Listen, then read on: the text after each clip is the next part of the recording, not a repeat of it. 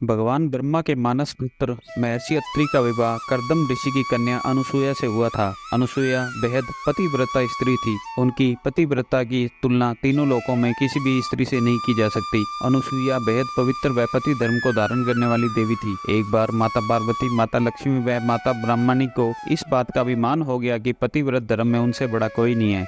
उनके इस अभिमान को दूर करने के लिए प्रभु ने एक लीला रची। नारद जी तीनों माताओं से मिलने पहुंचे और उनसे बोले, हे माता, पृथ्वी लोक पर मौजूद देवी अनुसुईया का दर्शन करके मैं धन्य हो गया। मैंने तीनों लोकों में उनसे अधिक अति प्रतिबद्ध धर्म का पालन करने वाली स्त्री नहीं देखी। इस बात को सुनकर माता पार्वती, लक्ष्मी व ब्रह्माणी को खराब लगा और उन्होंने नारद जी से पूछा, क्या अनुसुईया हम तीनों से ज्यादा पतिव्रता है? तो नारद मुनि ने कहा, माते, आप ही नहीं, इन तीनों लोकों में अनुसुईया की तुलना किसी से भी नहीं की जा सकती। नारद मुनि की बात सुनकर तीनों देवियों में ईर्ष्या शुरू होगी। उन्होंने देवी अनुसुईया की परीक्षा लेने के लिए विचार किया। उन्होंने अपने अपने पतियों ब्रह्मा, विष्णु, महेश को अनुसुईया की परीक्षा लेने के लिए बाध्य कर दिया।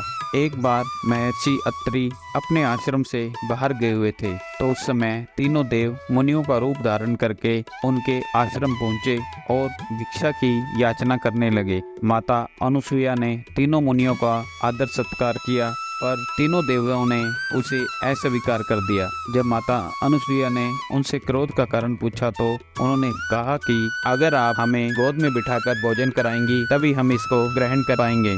इस बात से परेशान होकर देवी अनुसुईया ने अपने पति महर्षि अत्रि का ध्यान किया और कहा कि अगर मेरा पतिव्रत पवित्र है तो ये तीनों मुनि 6 माह के बच्चे बन जाएं। ऐसा ही हुआ। तीनों देव 6 माह के बच्चे बन गए। इसके बाद माता अनुसुईया ने तीनों बालक मुनियों को अपने स्तन से दूध पिलाया और पालने में सुला दिया। कुछ समय बीतने के बाद जब ब्रह्मा, विष्णु, महेश वापिस नहीं आए तो तीनों देवियों को उनकी चिंता हुई। तो वे अनुसुईया के आश्रम पहुंच गई और उनसे क्षमा याचना की और कहा कि हे माता, हमें माफ कर दें और हमारे पतियों को लौटा दें। हम आपकी भोई हैं। इस पर माता अनुसुईया का हृदय द्रवित हो गया।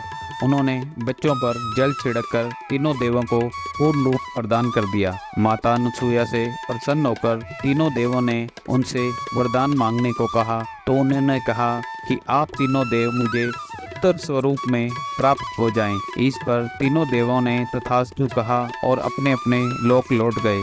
आगे चलकर अनुसुईया के गर्भ से ब्रह्मा के अंश चंद्रमा, शिव के अंश दुर्वासा व भगवान विष्णु के अंश दत्तात्रेय का जन्म हुआ।